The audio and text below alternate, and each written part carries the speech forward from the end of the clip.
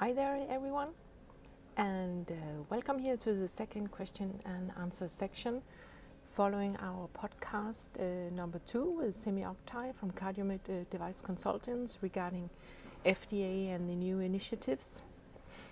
I'm here early morning at the airport in Copenhagen on my way to visit potentially a new client with a super interesting device that we really would like to work on. So let's see, it's going to be hopefully a good day.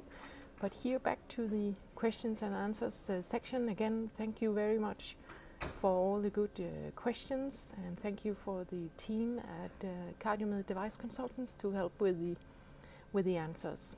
So let's jump right into it.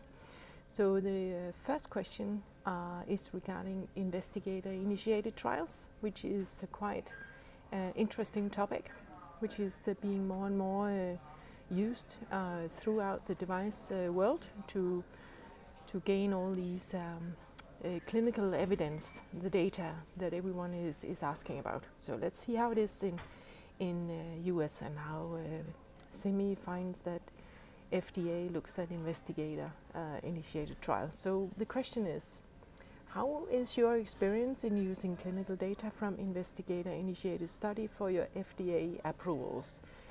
Thank you very much for a nice podcast, and looking forward to receiving the answer. Yeah, so discussed it with Simi, and in general, investigator-initiated studies in US are mostly relevant for devices that are already on the market. When you want to investigate the use for a new indication. They're always or normally for a relatively small sample size, and the sponsor, the investigator sponsor, is almost always relying on the manufacturer's information about the preclinical safety data on the device. So it will require, as it also is in Europe, a willing device manufacturer who is able and want to support the study. There is a trend, I would say, in Europe to use investigator-initiated studies also pre-CE mark. It will require the same, using the same guidelines, 14155 or GCP, to acquire the data.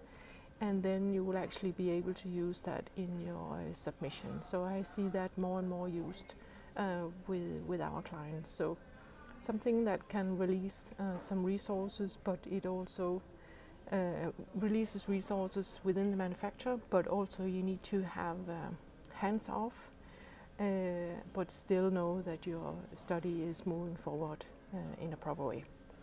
So that was a good question. Then second question is here.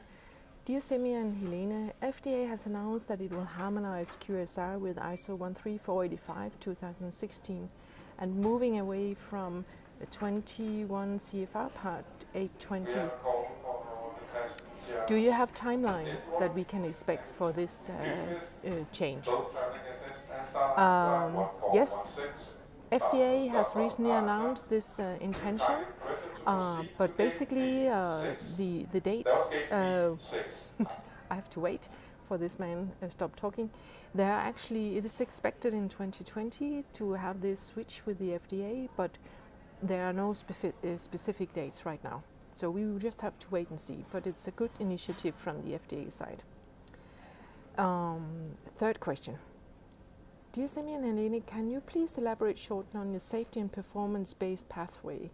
It's a guidance published in April 2018 compared to the mentioned abbreviated 510K in the recording, so meaning the podcast.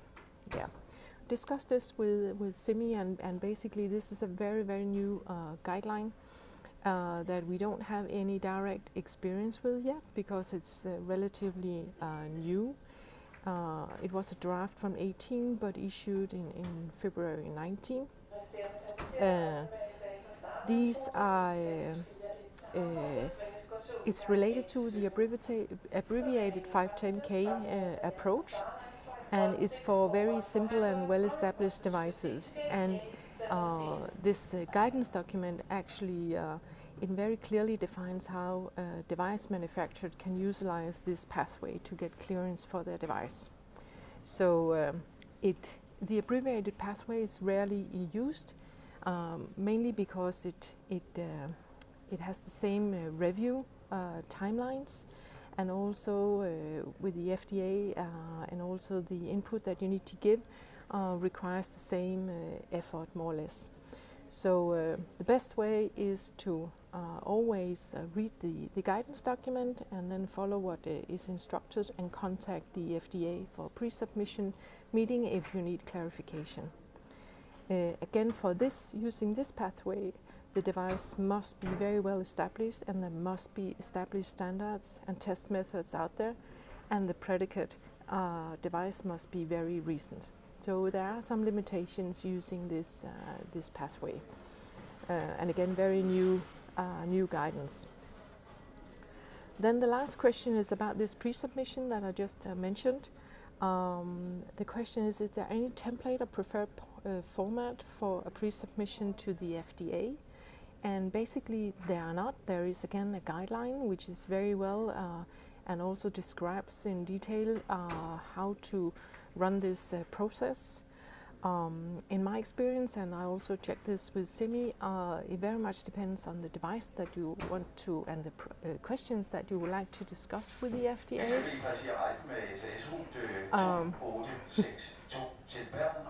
Just wait a second.